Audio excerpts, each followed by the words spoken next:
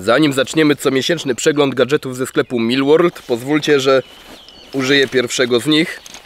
Będzie to mini hamak. Tak naprawdę służy on do tego, żebyśmy mogli przechowywać łatwo sobie cały nasz sprzęt nad ziemią, na przykład zimą, kiedy odłożenie czegokolwiek na śnieg wiąże się z tym, że to zaraz przemoknie, to wtedy kładziemy sobie do takiego hamaka, albo kiedy po prostu jest mokro w lesie, albo jeżeli nie chcemy nic pogubić. Hamak na sprzęt, ale też hamak, na którym możemy sobie bez przeszkód usiąść.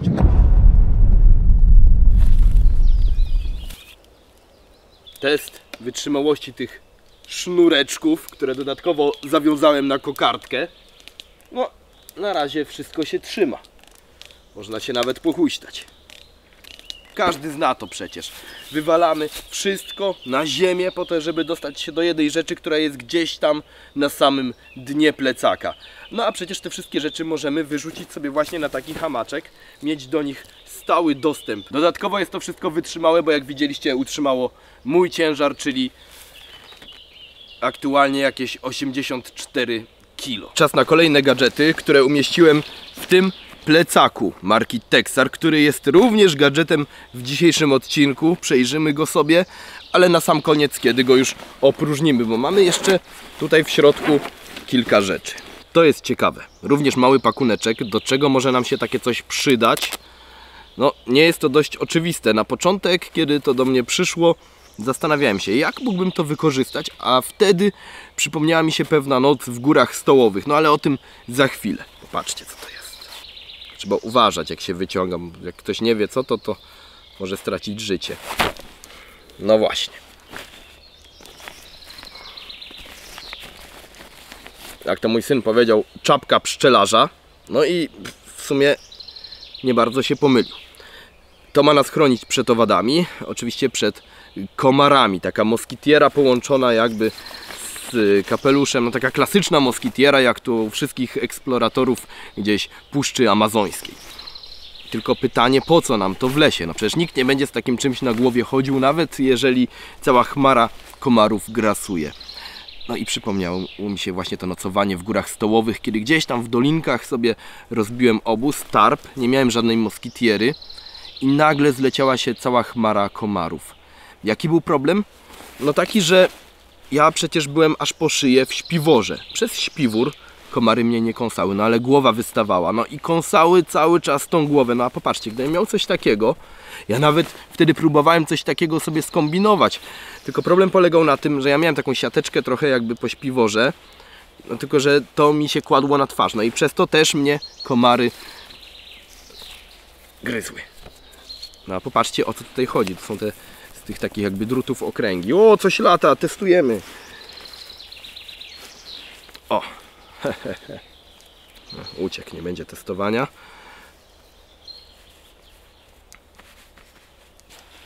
Widzicie, o co chodzi. To robi nam dystans. Rondo tego kapelusza, te okręgi tutaj, te pierścienie robią dystans, siatki od twarzy, dzięki czemu jeżeli ja bym teraz sobie gdzieś spał, nawet na boku, a już w ogóle jakbym spał na plecach, to mi się to jeszcze bardziej podniesie, mogę spać, komary przez śpiwór mnie nie gryzą, ale również nie są w stanie ukąsić mnie gdzieś tutaj w twarz. Świetna rzecz właśnie na noc w lesie, w momencie kiedy śpimy pod tarpem, bez dużej moskitiery. No i mamy śpiwór. Jak już wspomniałem, taki hamak jest nie tylko dobrym rozwiązaniem do przenoszenia ekwipunku. Fajnie też go można sobie podwiesić na przykład nad nami, kiedy śpimy w hamaku, albo pod nami i mamy ten ekwipunek zawsze pod ręką, jeżeli śpimy w takim hamaku typowo turystycznym.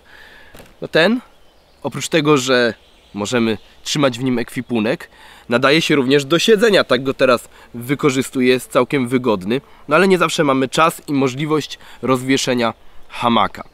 Być może nie ma gdzieś drzew odpowiednich, być może chcemy po prostu szybko gdzieś usiąść. Wtedy z pomocą przychodzi nam poddupnik.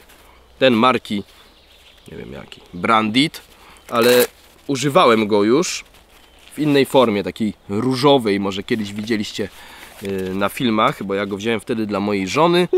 Gej ma różowy poddupnik. No więc musiałem wymienić na kolor męski. Mam nadzieję, że jest dostatecznie militarny, taktyczny. Teraz będę groźnie sadzał na nim gruby, więc będzie nam wygodnie, ale nie o to chodzi, żeby nam było wygodnie, tylko o to przede wszystkim, żeby była izolacja. Po pierwsze, jeżeli siadamy na zimnym kamieniu, no to sobie kładziemy coś takiego, już nam nie jest zimno i nie dostaniemy wilka, którym straszyły nas nasze babcie, rodzice i nikt dalej nie wie, co to tak naprawdę jest. Krążą legendy, że to są chyba hemoroidy, ale nie zostało to w żaden sposób udowodnione. No w każdym razie wilka nie dostaniemy siadając na takim poddupniku. Czego jeszcze nie dostaniemy? No nie dostaniemy jeszcze mokrych gaci, bo czasami jest tak, że chcemy sobie usiąść na jakimś zwalonym pniu drzewa, a padał deszcz, jest wszystko przemoczone, no i zaraz mokre gacie. Więc to chroni nas przed zimnem, przed wilgocią, zapewnia nam również po prostu wygodę, ale też chroni nas przed brudem, no bo przecież nie chcemy mieć jakiejś tam czarnej plamy po siedzeniu na mchu, czy no po prostu nie chcemy mieć brudnych portek. No, więc takie coś. Bardzo przydatne. To jest, wydaje się być głupią rzeczą, ale to jest naprawdę przydatne, kiedy sobie chodzimy po lesie, bo po prostu to wyciągamy, rozkładamy i możemy w każdym miejscu usiąść. Ja regularnie takich poddupników używam właśnie nagrywając filmy, więc mogliście ten różowy już kiedyś zobaczyć. Bardzo podobny do tego. Czas na plecak. 35 litrów, marka Texar. Producent nie wiedzieć czemu opisuje go jako plecak 3-dniowy. No, może i on jest 3-dniowy, ale chyba, ja nie wiem, 3 dni pod kupą liści, no bo na pewno tutaj śpiwora, tarpa, namiotu i wszystkiego, hamaka i tak dalej nie pomieścimy. Ja go wziąłem jako plecak taki na krótsze wypady. Często właśnie takiego plecaka potrzebuję, kiedy nagrywam odcinki, żeby zabrać kamerę, statyw, no i na przykład sprzęt, o którym teraz mówię. No to jest idealny plecak do takich zadań. Dla Was może przydać się, jeżeli nie prowadzicie żadnych mediów społecznościowych, jeżeli nie nagrywacie filmów, to może się przydać po prostu jako plecak jednodniowy, żeby zabrać cały ekwipunek potrzebny, prowiant i tak dalej. No łóżka, jak już mówiłem, tutaj nie zmieścimy. Natomiast co zwróciło moją uwagę, kiedy wybierałem ten plecak, to to, że on jest maksymalnie prosty, jeżeli chodzi o kieszenie. Tutaj nie ma tego, co robią plecaki Milteka bardzo często, te tak zwane assault packi. One są chyba, nie wiem, na wzór czegoś tam, no ale w każdym razie to się nie sprawdza, bo są dwie komory główne. Jedna, tak jak tutaj mamy komorę główną, zaraz przed nią jest kolejna główna komora, no i wtedy jeszcze te tutaj, no i to się kończy tak, że jak taki plecak wypchamy, to on nam się w ten sposób rozrasta i to aż tak się rozrasta. A jeżeli plecak się w ten sposób rozrośnie, kiedy go ubierzemy, to on nas tak wygina i ciągnie do tyłu. I ja kiedyś tak poszedłem na Jurę krakowsko-częstochowską, przejść sobie całą Jurę. To już było kilkanaście lat temu. I właśnie taki plecak miałem wtedy. Jezus Maria, plecy były zniszczone jeszcze z miesiąc chyba po tym wypadzie. Więc nie polecam. Jedna komora główna, nigdy dwie komory główne, jedna przed drugą, to jest tragedia, jeżeli chodzi o większy dystans oczywiście, bo jeżeli tylko wybieramy się do lasu na chwilę, no to tak, oczywiście można taki plecak wziąć, natomiast na dłuższym dystansie, no to tam nam rozwali plecy. Komora główna, średniej wielkości kieszeń na górze i troszkę jeszcze większa od niej kieszeń na dole. I to wszystko. Nic więcej, żadnych bocznych kieszeni i tak dalej, nie potrzebuję aż tylu osobnych kieszeni. Tutaj na całą drobnicę mam górę, na trochę większą drobnicę dół, no i główna komora na całą resztę. Co ciekawe, no zaraz zajrzymy do tej głównej komory, bo ona nie jest taka zwykła do końca, ale zobaczmy jeszcze sobie tył. Szerokie szelki, jest ok, nic nam się tutaj nie wrzyna, to nie są te jakieś cieniutkie paseczki, które zaraz by tutaj powodowały odgniecenia na ramionach. Poduszka wydatna, czyli mamy amortyzację tych pleców po pierwsze, po drugie mamy tutaj tę przestrzeń, żeby plecy nam się aż tak mocno nie pociły, więc jest wygoda, komfort, przewiewność. Pasa jako takiego biodrowego nie ma, tylko coś takiego, żeby nam po prostu to się o dupę nie obijało. no dobre i to, aczkolwiek no nie wiem, zależy ile chcemy do tego plecaka władować, bo tak jak już kiedyś wspominałem, powyżej raczej 35 litrów ten pas biodrowy się sprawdza, kiedy ten plecak jest naprawdę ciężki, kiedy musimy ten ciężar oprzeć na naszych biodrach. Natomiast tego raczej nie będziemy wyładowywać w taki sposób, żebyśmy rzeczywiście chcieli ten pas biodrowy używać, bo często ja mam tak w takich plecakach takiej wielkości, czasami są te pasy biodrowe i one mi zwyczajnie przeszkadzają. Ja ubiorę plecak, on mi się gdzieś tutaj telepie, te poduszki od tego pasa. Ja go nawet często w tych mniejszych plecakach wyciągam, jeżeli to jest możliwe. No dobra, czas na tę komorę główną. Tutaj wszelkie zabezpieczenia trzeba odpinać, rozpinamy na całej długości. Wysypujemy piasek, który nie wiem co tutaj robi tak naprawdę. Tym bardziej, że kamerę tu przenoszę z obiektywem. Dobra. Tak to wygląda. Już wiecie o co mi chodzi, kiedy mówiłem, że to nie jest taka standardowa kieszeń główna. No po prostu tu jest cały organizer. Nie wiem czy jest mi to potrzebne, aczkolwiek raz to już wykorzystałem. Po pierwsze, jeżeli zabieramy laptop, jest tutaj miejsce na laptop, jest tutaj też miejsce na system hydracyjny. Więc to albo laptop, albo system hydracyjny. To powinno być zawsze. Ok. Tutaj to jest dosyć ciekawe rozwiązanie i użyłem tego na mniejsze butelki. 700 ml akurat. Ja tutaj użyłem, ale one są raczej takie bardziej płytkie, więc na półlitrowe butelki będzie idealnie. Więc mamy je umiejscowione, one nam się nie przekrzywiają w tym plecaku, nie są gdzieś na poziomu, nie ma ryzyka, że to się otworzy, że nam się plecak zaleje. Cały czas te butelki są na pionowo w głównej komorze. No fajne rozwiązanie. Tutaj mniejsze takie kieszonki, nie mam pojęcia na co. Tutaj również kieszenie wewnętrzne. Widzicie? O ile z przodu nie ma tych kieszeni za dużo, o tyle z tyłu jest ich pełno. Tylko że one są na tyle cienkie, że jeżeli my ich nie wypchamy, to mamy po prostu więcej miejsca w głównej komorze.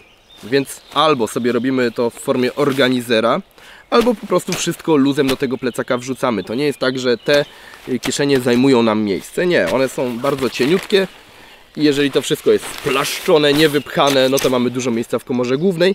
Dodatkowo takie pasy tutaj kompresyjne, dzięki czemu, jeżeli to jest bardzo istotne, jeżeli mamy śpiwór, który nie ma tego worka kompresyjnego, nie możemy go ścisnąć tak, żeby wydusić z niego powietrze, żeby mniej miejsca zajmował, no to mamy te pasy wbudowane w plecak. Czyli mały śpiworek tutaj letni jak najbardziej się zmieści. No może źle powiedziałem, że to nie jest plecak na wypady trzydniowe, no bo to zależy gdzie i jak nocujemy, prawda? Mały śpiwór letni, no to przecież to jest coś takiego, maleństwo, więc możemy je umieścić tutaj, zacisnąć dodatkowo tymi pasami, jeszcze mniej miejsca będzie zajmował. Mały tarp również się zmieści. No tak, jeżeli tylko rozbijemy tarp, wejdziemy do śpiwora, to jak najbardziej, może jakaś mata się jeszcze zmieści.